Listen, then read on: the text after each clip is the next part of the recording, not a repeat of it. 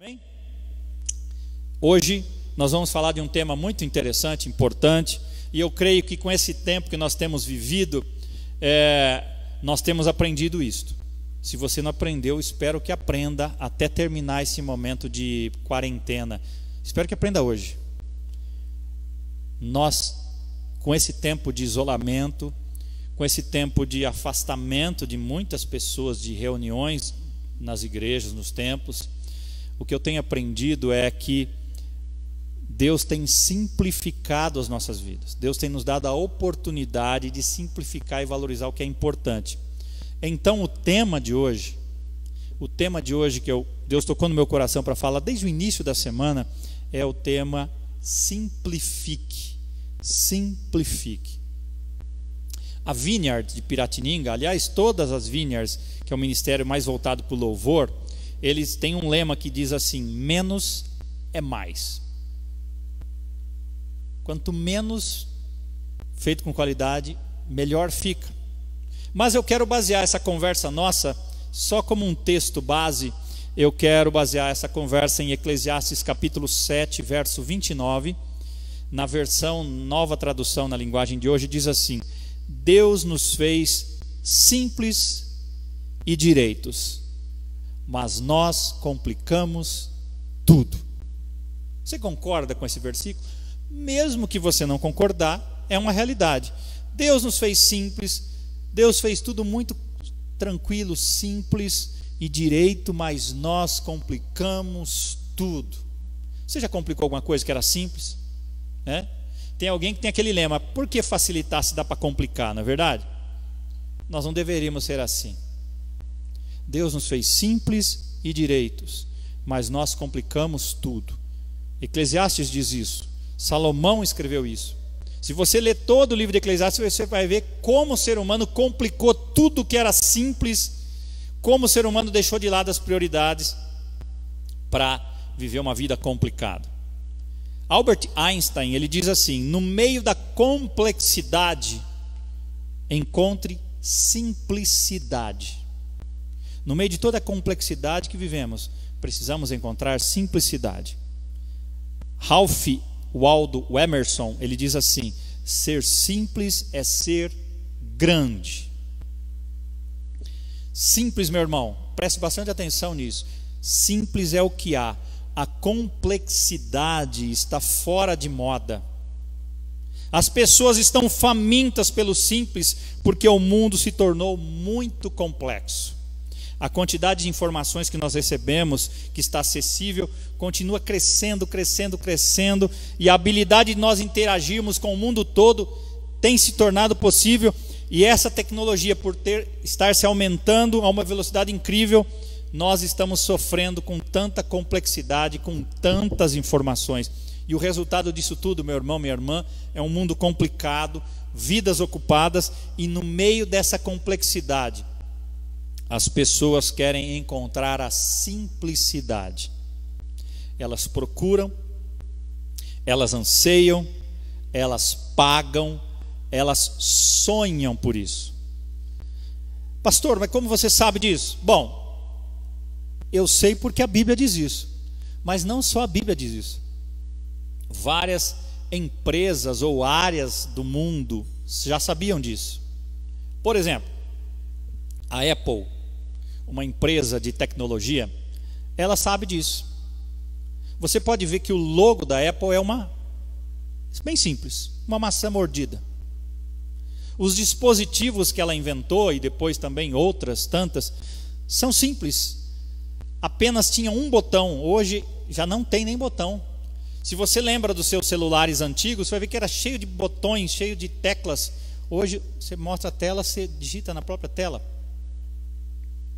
A tecnologia de tudo em um, o all in one que eles falam, tudo numa tela de computador tem tudo. O computador se resume àquela tela.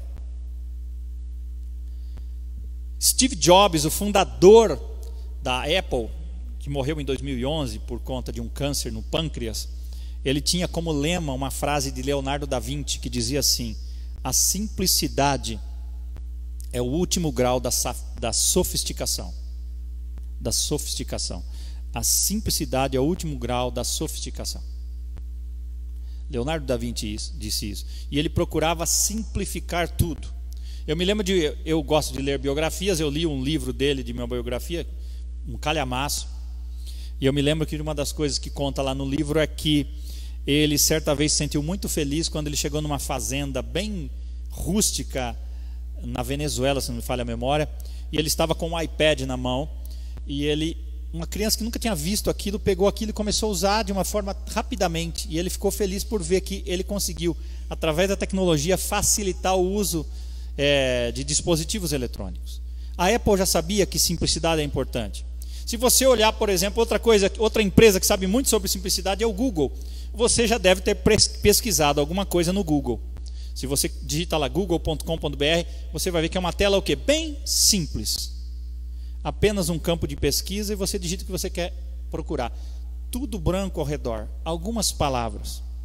E a Google já sabia disso e ela transformou essa sofisticada tecnologia de pesquisa em algo simples, rápido e eficiente. Uma tela branca com um espaço para você digitar o que você quer localizar. Um visual simples, clean, muito branco, poucas palavras, e hoje mais de 75% das pesquisas são feitas pelo Google. Eu acho que você faz aí também. Eu me lembro que tinham e tem ainda outros sites de pesquisa que foram deixados de lado, que surgiram antes, que são bem menos usados hoje por causa de uma tela ser carregada. E a filosofia por trás dessa simplicidade é que os usuários da internet não são capazes de processar muita informação. Os designers gráficos também sabem disso. Basta olhar para algumas revistas de designer gráfico e você vai perceber e vai ver que existe uma revolução do simples. John Maeda, por exemplo, um dos mais renomados designers do mundo, ele defende o simples. Os designers de interior, ou os decoradores, né? Nós chamamos de designer do interior, também sabe disso. Se você pegar uma revista de decoração, você vai ver que as palavras perfeito e simples são as palavras mais usadas.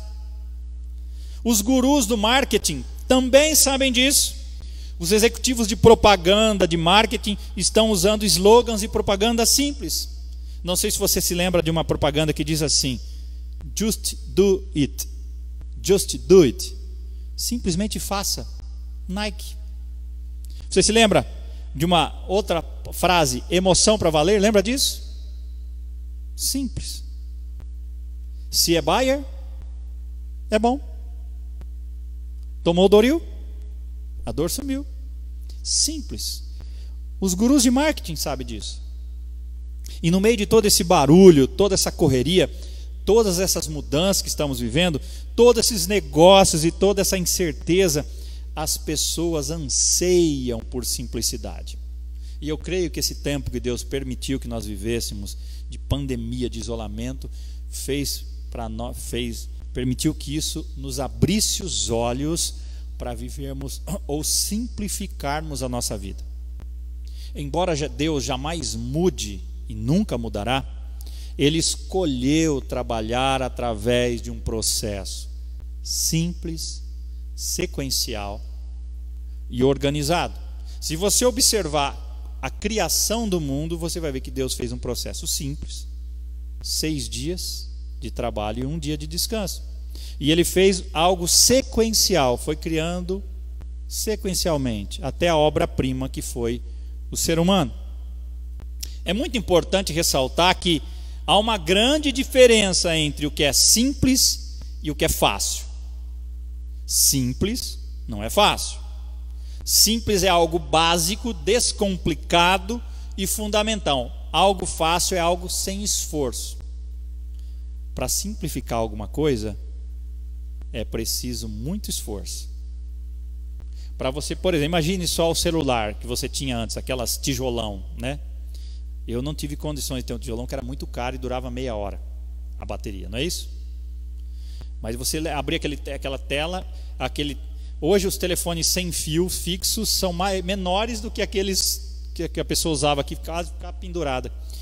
Quantas teclas, quantas coisas hoje um dispositivo pequeno, sem tecla nenhuma. Ou seja, tornar simples algo foi difícil, não foi fácil. Então, ser simples não é fácil. Se alguém sabe sobre simplicidade, agora eu quero chegar na nossa conversa especial. Se alguém sabe muito bem sobre simplicidade, meu irmão, minha irmã, esse é Jesus. As empresas sabem disso, mas Jesus já dizia isso e já fazia isso milhares de anos antes. A Bíblia já dizia isso desde o início da criação. Se alguém era revolucionário em simplificar tudo, era Jesus. Jesus foi o verdadeiro exemplo da simplicidade. Semana passada, aliás, eu ia cantar essa música semana. Nem pensei, porque na época, no domingo passado, nem pensei que falaria sobre esse tema. Nós cantamos do Rei Humilde, né? Rei de pés empoeirados. Um homem, sendo rei, vivia uma vida simples. Jesus entrou num cenário, meu irmão, religioso muito complicado, poluído, congestionado por vários grupos religiosos. Tinham os fariseus, os saduceus, os herodianos, os zelotes, os essênios, os escribas. Eles tinham um sistema, não sei se você já estudou isso, mas se você não estudou, você vai saber agora. Esses religiosos da época de Jesus, eles tinham um sistema religioso com centenas de leis, todas elas baseadas no Pentateuco, ou seja, nos 5 primeiros livros da nossa Bíblia. Eram cerca de 613 leis. Você já parou para pensar nisso? 613 leis extraídas do Pentateuco e divididas em 2 categorias: mandamentos afirmativos e mandamentos negativos. Dos afirmativos haviam 248 leis, e dos negativos 365 leis. Você imagina uma lei negativa para cada dia do ano. E eles passavam seus dias, esses religiosos, discutindo essas leis. Lá no templo, eles viviam discutindo, explanando, falando dessas leis. 613 leis. E Jesus não aguentava mais. Quando ele chega, ele não aguentava mais aquela hipocrisia daqueles homens. E ele preferia gastar o seu tempo com quem? Com os pecadores, com os cobradores de impostos, com os deixados de lado na sociedade, com as pessoas simples, humildes. Jesus tinha a habilidade de tornar algo complexo em algo simples. Um exemplo bem claro disso, meu irmão, minha irmã, nós vemos lá em Mateus capítulo 22, dos versos 37 e 40. Não será projetado na sua tela, mas você pode ver nas escrituras, Mateus 22, 37 e 40, onde Jesus dá o que ficou conhecido como o maior mandamento, ou o grande mandamento. Se você estudar todo o contexto daquele capítulo 22, você vai ver que até chegar no versos 37 a 40, um pouco antes, Jesus acaba de desbancar os saduceus, que perguntaram para ele sobre a ressurreição, ou sobre a vida, quando eles, na eternidade, como seria. Jesus desbanca eles literalmente, e ele silencia a sabedoria dos saduceus. Lá no capítulo 22, verso 29, o texto diz que Jesus respondeu: vocês estão enganados porque não conhecem as Escrituras, nem o poder de Deus. No verso 34 diz: ao ouvirem dizer que Jesus havia deixado os saduceus sem resposta, os fariseus, outro grupo religioso, se reuniu. Então eles não viam a hora de derrubar Jesus, de envergonhar Jesus. Eles viram que os saduceus foram calados por Jesus. Eles se reuniram e eles então escolheram um perito da lei para falar ou para enfrentar Jesus. Você pode ver isso a partir do verso 37 do capítulo 22 de Mateus. Então esse perito da lei chega até Jesus e pergunta para Jesus: qual é o maior mandamento da lei? Você já imaginou? Talvez você pense que a lei é só os 10 mandamentos, mas a lei judaica eram 613 mandamentos. E de repente esse perito da lei chega para Jesus: Jesus, qual que é o maior mandamento de toda a lei? Ou seja, dos 613 mandamentos, qual é o maior?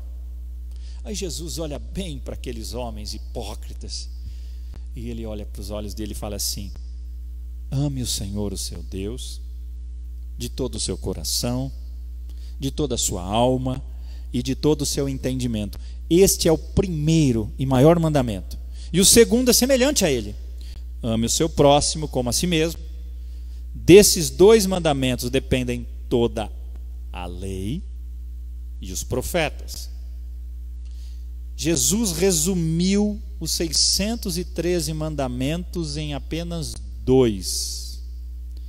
Pense na importância desse momento. Ele disse que toda a lei, e acrescentou os profetas, está resumida nessa frase simples e perfeita. Jesus simplifica toda a lei em amar a Deus acima de todas as coisas e amar o próximo como a si mesmo. Ele não diminuiu o padrão da lei, ele não aboliu a lei, ele captou todo o espírito da lei, toda a essência da lei, e disse apenas uma afirmação.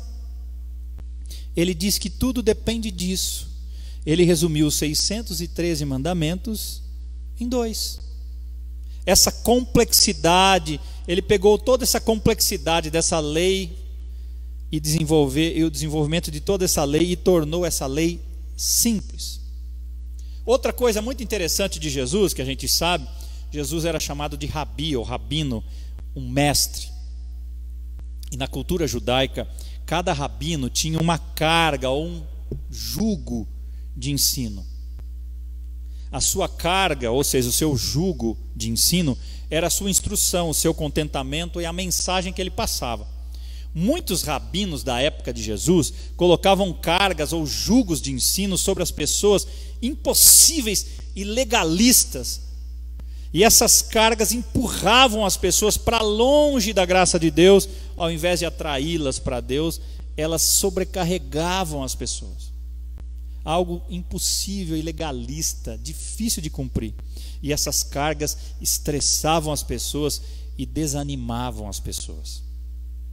E de repente, Marcos, Jesus entra nesse cenário e um dia ele diz para a multidão, lá no capítulo 11, verso 28 a 30 de Mateus: venham a mim, todos vocês que estão cansados e sobrecarregados, e eu lhes darei descanso. Tomem sobre vocês o meu jugo e aprendam de mim, pois eu sou manso e humilde de coração, e vocês encontrarão descanso para suas almas, pois o meu jugo é suave e o meu fardo é leve. Jesus disse para aquele povo sobrecarregado de lei, de legalismo, de hipocrisia, de coisas impossíveis de viver, ele disse: povo, venham a mim, meu jugo é suave. Os ensinos de Jesus estavam em total contraste com os dos rabinos e religiosos daqueles dias. Ele não estava oferecendo um conjunto longo e complicado de leis e regras e regulamentações. Ele estava oferecendo graça, amor. Ele estava oferecendo um relacionamento simples com Deus. Preste bastante atenção nisso que eu vou dizer para você agora que me assiste. Jesus é terminantemente contra qualquer coisa que dificulte o caminho das pessoas para se encontrarem com Jesus. Muitos estão ocupados fazendo igreja ao invés de ser igreja. É hora, e eu creio que a mensagem principal de toda essa nossa conversa é retornar à simplicidade do Evangelho. Simplificar a vida. Um artista e professor de grandes artistas do século XIX, chamado Hans Hofmann, ele disse assim: se você quer que o necessário sobressaia, tem que se livrar do desnecessário. O desnecessário, meu irmão, minha irmã, divide a nossa atenção, os nossos recursos e o nosso tempo. Ele esconde o que é necessário. Para ser simples, é preciso eliminar o desnecessário. E eu quero dizer uma coisa para você: a maioria das coisas que você vai eliminar, que é desnecessária, é boa, você gosta dela. A chave é escolher o que é melhor, porque você não vai conseguir ficar com todas. É hora de se eliminar das coisas, muitas delas boas, porque são desnecessárias, atrapalham a sua vida, e escolher o que é melhor. Quando eu leio os evangelhos, como eu já disse agora há pouco, eu noto que um dos aspectos mais fascinantes de Jesus era que ele sempre pregou uma vida simples, um estilo de vida simples. Mesmo sendo rei, senhor, filho do próprio Deus, ele se fez carne e habitou entre nós. Jesus ficava livre de preocupações para poder ministrar, ensinar, cuidar das pessoas. Era uma pessoa despreocupada. Eu não vejo em nenhum momento nos evangelhos, eu desafio você a procurar, Jesus preocupado. Ele não era como nós, tão carregado de preocupações com coisas, negócios, tanta correria, tanto estresse. Parece-me que Jesus fez o que o autor de Hebreus recomenda lá em Hebreus 12:1. Livremo-nos de tudo que nos atrapalha e do pecado que nos envolve, e corramos com perseverança a corrida que nos está proposta. Deus desafia você e a mim a nos livrarmos de tudo que nos atrapalha. Tudo que é carga, mesmo legal, boa, que você gosta, mas que não é necessária. E viver com o que é necessário, fundamental. Eu gostaria que hoje nós tivéssemos um tempo de reflexão e avaliação sobre as nossas vidas. Sua vida tem sido um estresse? Só? Está sempre exausto? Sempre sente que nunca para nada? Aliás, Deus fez você reduzir esse ritmo nesse tempo. Sente que não tem mais energia ou vontade de servir a Deus? Aliás, eu quero ver quando nós voltarmos às atividades presenciais, como está a sua fé?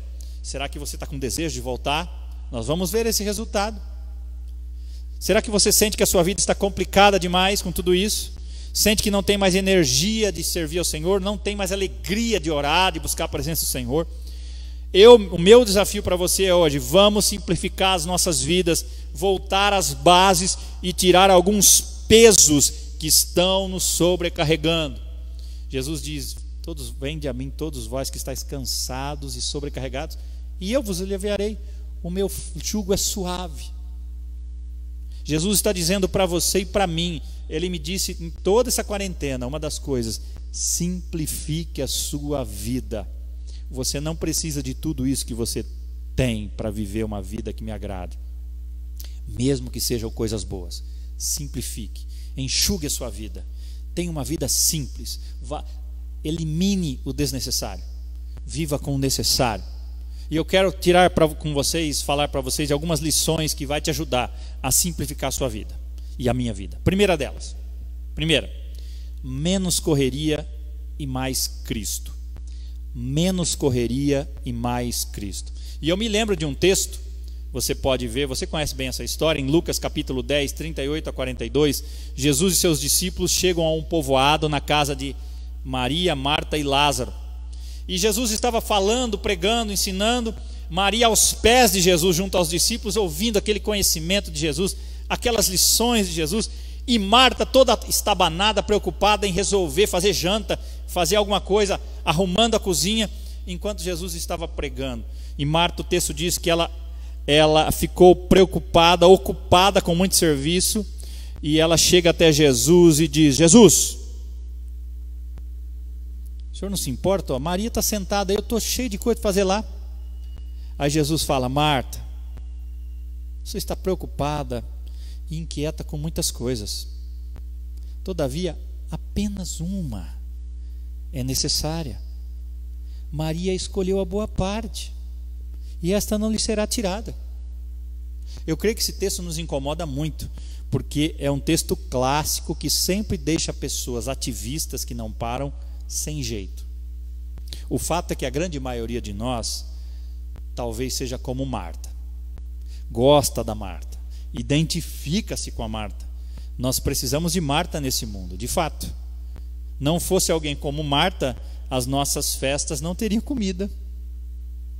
Mas eu entendo que na escala de valores divinos, Maria escolheu o melhor, escolheu Cristo acima de toda a correria.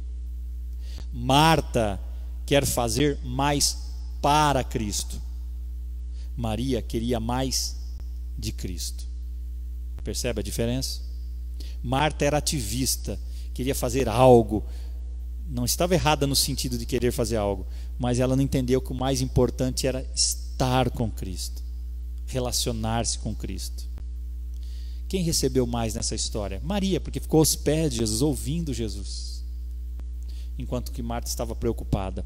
Marta ficava exausta, porque ministrava com a sua própria força. Ela perdeu de vista o alvo do seu serviço, que era Jesus. Jesus estava na sua sala de estar, e ela não parava de descascar batata e lavar panela na cozinha. O texto diz no verso 40 de Lucas: Marta agitava-se de um lado para o outro, ocupada em muitos serviços. Como está a sua vida? A palavra agitava-se em grego quer dizer incomodada, envolvida. Ela estava pensando naquela coisa do momento, esquecendo que o próprio Jesus estava na casa dela. E como se não bastasse, ela, como tantas pessoas, olhava ao seu redor e fazia comparações e exigiu que a sua irmã fosse igual a ela. Ela criticava a sua irmã e criticou o próprio Jesus, foi falar com ele. Ela reclamava para Jesus, acusou Jesus de não se preocupar com ela. É uma mulher, muitas vezes, em alguns momentos, intolerante, impaciente, insatisfeita, porque ela não escolheu a boa parte. Mas Jesus e pessoas como Marta, desse texto, são aquelas que ocupam todo o seu tempo no serviço do Senhor, mas que esquecem do Senhor do serviço. Esses dias atrás, há 2 semanas atrás, eu fiz uma live com o pastor Valdir e nós falamos de frutificar. Eu estava lendo a respeito no capítulo 15, Deus nos chama para dar frutos, mas nós precisamos equilibrar o permanecer com o frutificar. Só é possível frutificar se eu permanecer. Marta queria só trabalho, mas ela não permanecia com Cristo, não andava com Cristo. O mais importante para você, acima de tudo, meu irmão, minha irmã, é o seu relacionamento com Cristo. Jesus não quer ativismo. Se Marta insistia numa vida doida, agitada, uma correria só, tudo bem, mas ela não roubaria de Maria a escolha dela de deixar a correria e estar junto aos pés de Cristo. Aliás, se a gente observar essa Maria, irmã de Marta e de Lázaro, todas as vezes, Marcos, que ela aparece nas Escrituras, ela é citada nas Escrituras, ela está aos pés de Cristo. Nessa situação, na situação em que Lázaro morre, ela chega correndo aos pés de Jesus. E no outro momento, ela enxuga os pés de Jesus.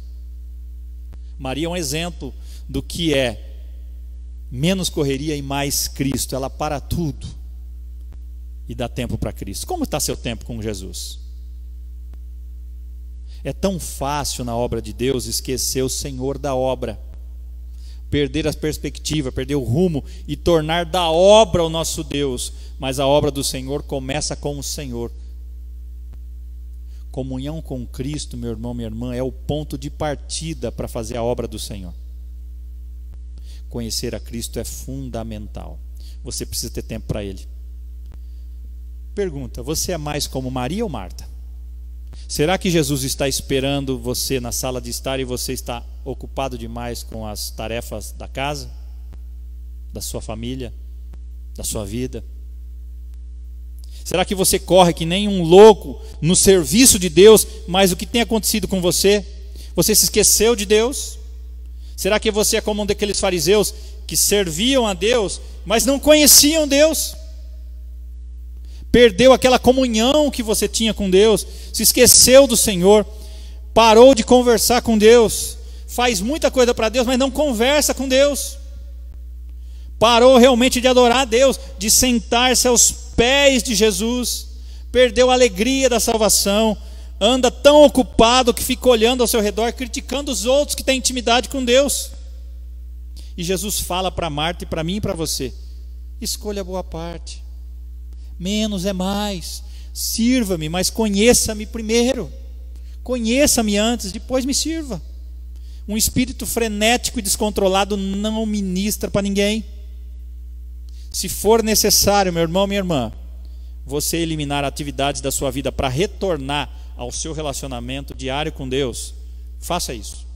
Faça uma lista de tudo que está ocupando, está tirando seu tempo com Deus. Não estou falando que você deve parar de ir à igreja. Aliás, você parou porque você está assistindo, né? Mas não é isso. Aliás, eu já ouvi essa história. É interessante que quando as pessoas ouvem uma mensagem como essa, Marcos, a primeira opção que elas falam, eu estou fazendo demais na igreja. Parar de fazer atividade na igreja. E elas param de frequentar os cultos, né? Quando está no regime normal, no tempo normal. Elas param de visitar os irmãos, de ensinar na escola bíblica, mas elas continuam trabalhando do mesmo jeito, 60 horas por semana, correndo para lá e para cá com tantas coisas a fazeres, e a única coisa que ela deixa de lado é a atividade espiritual. Interessante. Continuam levando seus filhos na escola, e devem fazer isso. Continuam fazendo um monte de coisas que não são tão importantes.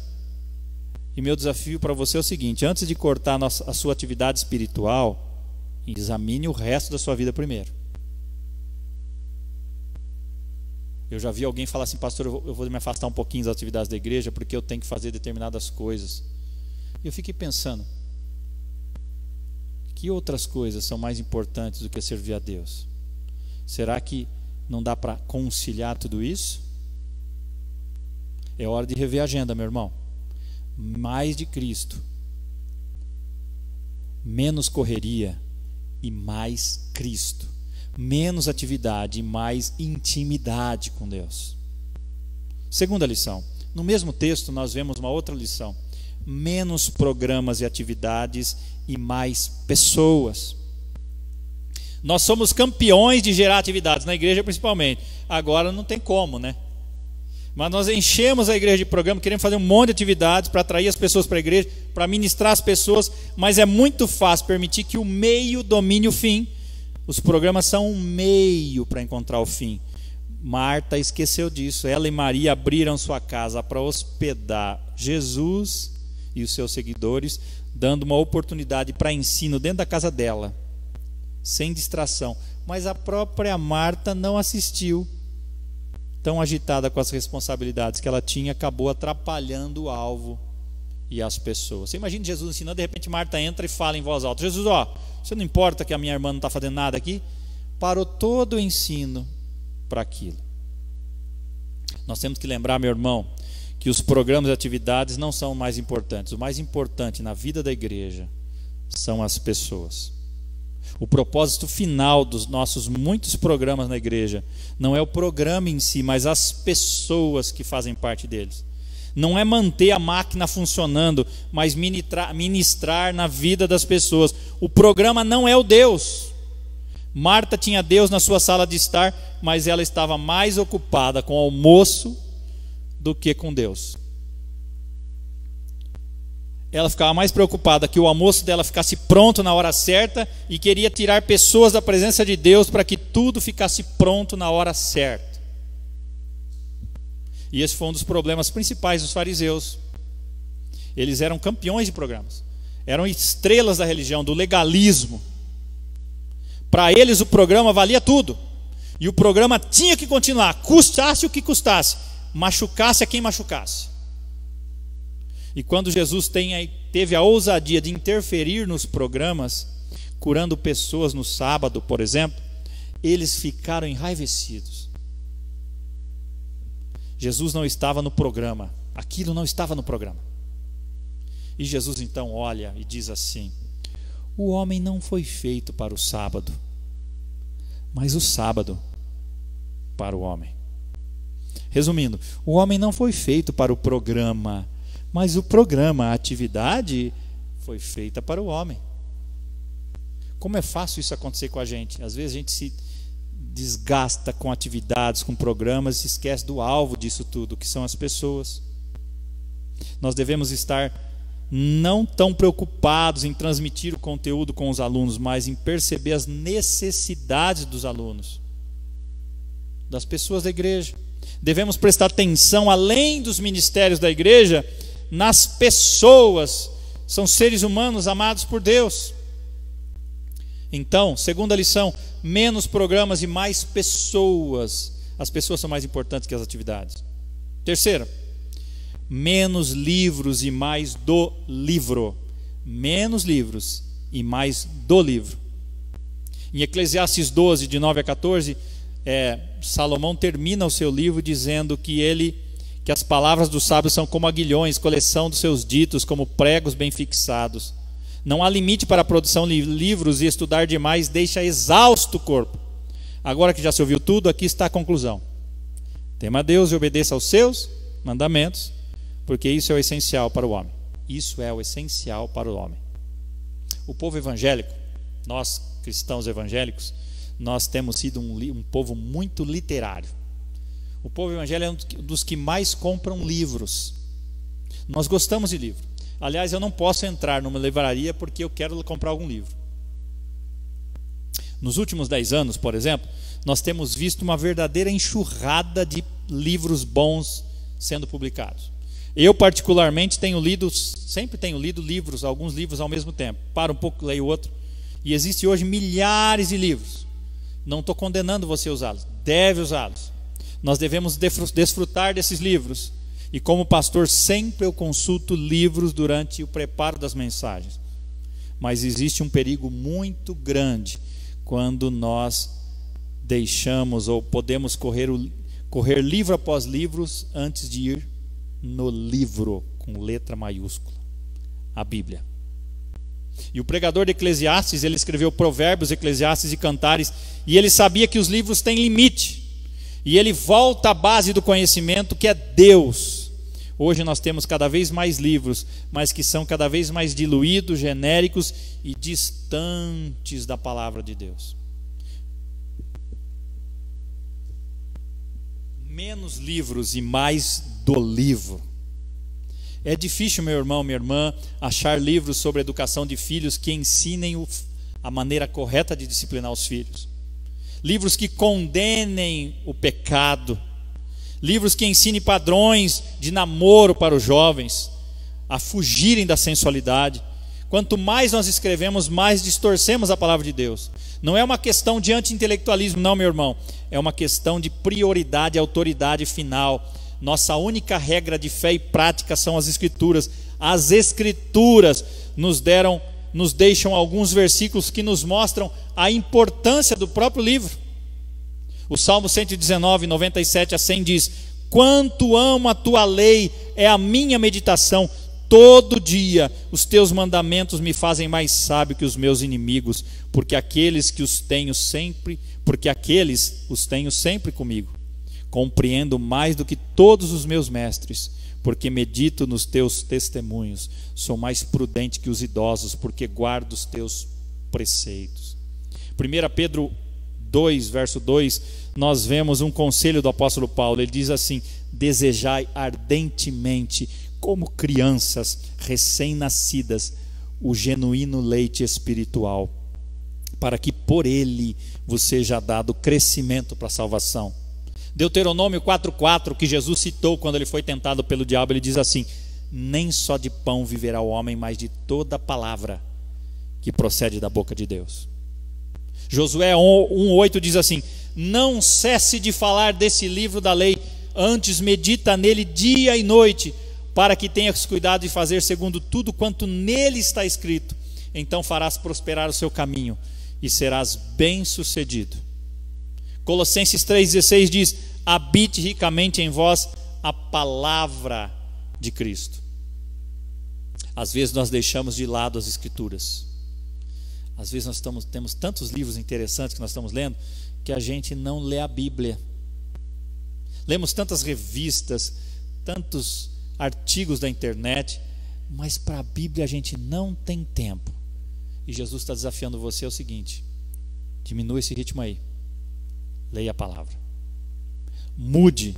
Ele disse uma frase que me chama muita atenção. Ele disse assim: ou este livro me afasta do pecado, ou o pecado me afastará desse livro.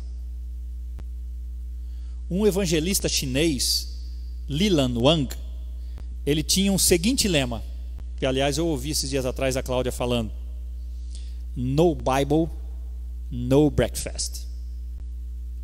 Ou seja, para nós, se não lê a Bíblia, não toma café da manhã. E ele levava isso muito a sério. Enquanto ele não lesse a Bíblia, ele não tomava café da manhã. Isso foi uma regra que ele criou na casa dele. E uma campanha de leitura muito boa é de ler a Bíblia inteira num ano. Eu sei que muitas pessoas começam entusiasmadas, como eu também já comecei.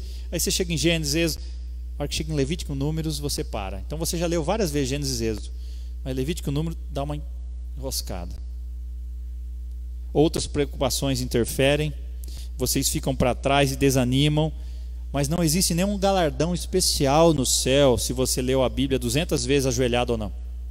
O importante é se você está lendo, meditando, permitindo que esse livro leia você, seu coração, as suas motivações. Minha ênfase é que a sua vida seja de menos livro e mais deste livro aqui. Lemos muito a respeito da Bíblia, mas lemos pouco a Bíblia. Quarta e penúltima: menos para as coisas e mais para a causa. Menos para as coisas e mais para a causa. Lucas 12, do 13 em diante, diz que alguém na multidão disse para Jesus: Mestre, dize a meu irmão que divida a herança comigo. Respondeu Jesus: Homem, quem me designou juiz ou árbitro entre vocês? Então lhes disse: Cuidado, fiquem de sobreaviso contra todo tipo de ganância. A vida de um homem não consiste na quantidade de seus bens. Então lhes contou essa parábola. A terra de certo homem rico produziu muito. Ele pensou consigo mesmo: o que vou fazer? Não tenho onde armazenar minha colheita. Então disse: já sei o que vou fazer. Vou derrubar os meus celeiros e construir outros maiores. Ali guardarei toda a minha safra e todos os meus bens. E direi a mim mesmo: você tem grande quantidade de bens armazenados para muitos anos. Descanse, coma, beba, alegre-se. Contudo, Deus lhe disse: insensato, essa noite a sua vida lhe será exigida. Então quem ficará com o que você preparou? As nossas vidas, meu irmão, minha irmã, estão entupidas com coisas que não passam de lixo no plano eterno. Nós temos trocado o eterno pelo efêmero, o eterno pelo passageiro. E eu me lembrei de uma frase também de C.S. Lewis, que ele diz assim: tudo que não é eterno é eternamente inútil. Nós somos estressados, exaustos, estrangulados pelas coisas, endividados, tudo por causa da manutenção de um padrão de vida na expectativa de uma vida boa. E me lembrei de uma história que certo homem de negócio muito próspero, muito rico, ele foi passar as férias num lugar muito rústico, num sítio, e ele encontrou um homem pescando à margem daquele rio, e o pescador tinha pego vários peixes grandes. Então aquele empresário, aquele homem de negócios, impressionado, ele sugeriu que o pescador usasse mais que uma vara para pegar mais peixes. Ele falou: usa mais varas, você vai pegar mais peixes. E o pescador falou assim: por quê? Assim você poderá vender os peixes na vila. E o pescador falou: por quê? Para poder ter lucro e comprar mais equipamento, talvez um barco, uma rede. E o pescador pensou: por quê? Para contratar uma equipe de pescadores, entrar rio adentro, lago adentro, até o mar, e abrir uma fábrica e exportar peixes internacionalmente. O pescador falou: por quê? Para poder ganhar muito dinheiro, aposentar, comprar uma casa do lado de um belo rio e fazer tudo o que você quiser o dia inteiro. E aquele pescador olhou frustrado e falou para aquele homem: mas é isso que eu faço agora. Percebe? Jesus nos mostra em Lucas capítulo 12 que quanto mais a gente tem, mais nós somos possuídos pelo que a gente tem. Na realidade não é nosso, primeira coisa, mas a gente pensa que é nosso e a gente sente-se possuído por aquilo. Quanto mais você tem, mais você se preocupa em manter as suas posses. Provérbios 13:8, Salomão: com as suas riquezas se resgata o homem, mas ao pobre não ocorre ameaça. A nossa vida muitas vezes tem se desviado do alvo ao se distrair com TV, com internet, computador, smartphone, jogos, hobbies e tudo que nos dá prazer, e geralmente produz dívidas. Mas e o investimento no reino? Conforme Jesus disse aqui no Evangelho de Lucas, ninguém pode roubar, ninguém cobra imposto, nem ferruja e nada consome. Invista no reino, nas coisas eternas. Como eu disse, menos para as coisas e mais para a causa do Evangelho. Próximo. Menos, olha aqui meu irmão, você que está vendo aí, olhe para mim. Menos preocupação e mais oração. Filipenses 4, 6-7 diz: não andem ansiosos por coisa alguma, mas em tudo pela oração e súplicas e com ações de graças apresentem seus pedidos a Deus, e a paz de Deus, que excede todo entendimento, guardará o coração e a mente de vocês em Cristo. Resumindo, preocupe-se menos e ore mais. Transforme as suas preocupações e orações. Simplifique, mude o foco. Ao invés de focalizar-se nos problemas que deixam você preocupada, focalize-se na palavra do Senhor, em quem Deus é, e ore mais. Transforme preocupações e orações. Última lição: menos julgamento e mais amor. E eu quero terminar com isto. Olha o que Jesus diz em Mateus 7, de 1-5: não julguem, para que vocês não sejam julgados, pois da mesma forma que julgarem, vocês serão julgados, e a medida que usarem também será usada para vocês, para medir vocês. Por que você repara no cisco que está no olho do seu irmão e não se dá conta da viga que está no seu próprio olho? Como você pode dizer ao seu irmão: deixe-me tirar o cisco do seu olho, quando há uma viga, ou para nós um poste, no seu olho? Hipócrita, tire primeiro a viga do seu olho, então você verá claramente para tirar o cisco do olho do seu irmão. Sabe qual é o problema, meu irmão, minha irmã? O problema é que nós somos santos demais, somos tão perfeitos e tão implacáveis que não admitimos os erros de espécie nenhuma e em circunstância alguma. Estamos sempre prontos a julgar e a avaliar a ação dos outros. Por exemplo, como isso é possível? A igreja não está mais como antigamente.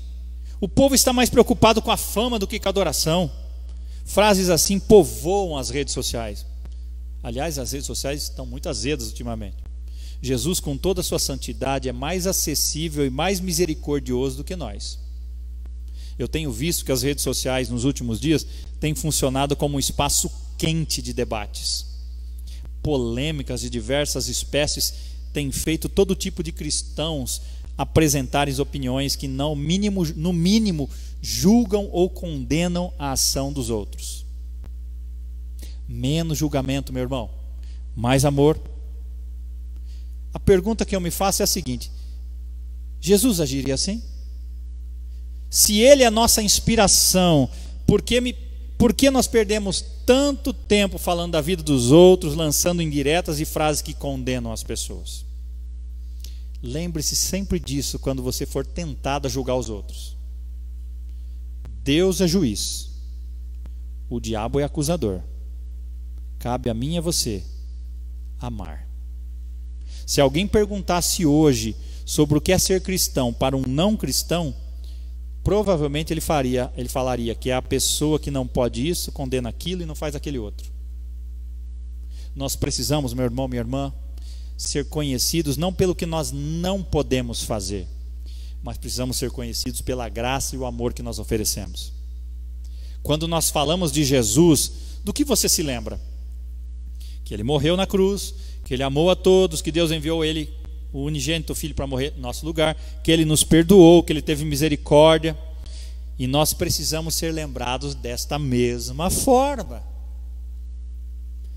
Eu não acho que devemos ser omissos, mas brigar com ímpios ou aqueles que não creem em Deus sobre a verdade de Cristo é loucura, meu irmão. Os ideais daqueles que não creem em Deus são loucura para nós e os nossos são para eles. Aqueles que não nasceram de novo ainda não compreendem os nossos valores e princípios. Nós precisamos ensiná-los sobre o caminho que conduz à salvação, sobre o amor de Jesus por eles e depois conduzi-los aos ensinamentos que devem obedecer. Nós não podemos criar muros em lugar de pontes.